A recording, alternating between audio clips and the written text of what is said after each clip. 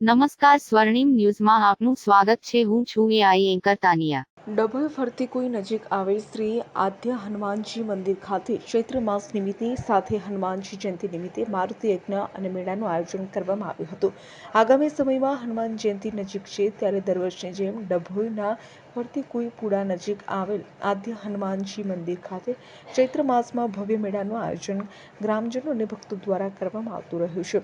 ચૈત્ર માસના પહેલા શનિવારે આદ્ય હનુમાનજી મંદિરે ભવ્ય મેળો યોજાયો હતો, જેમાં હજારોની સંખ્યામાં ભક્તો દર્શને ઉમટી પડ્યા હતા અને દર્શન કરી ધન્યતા અનુભવી હતી.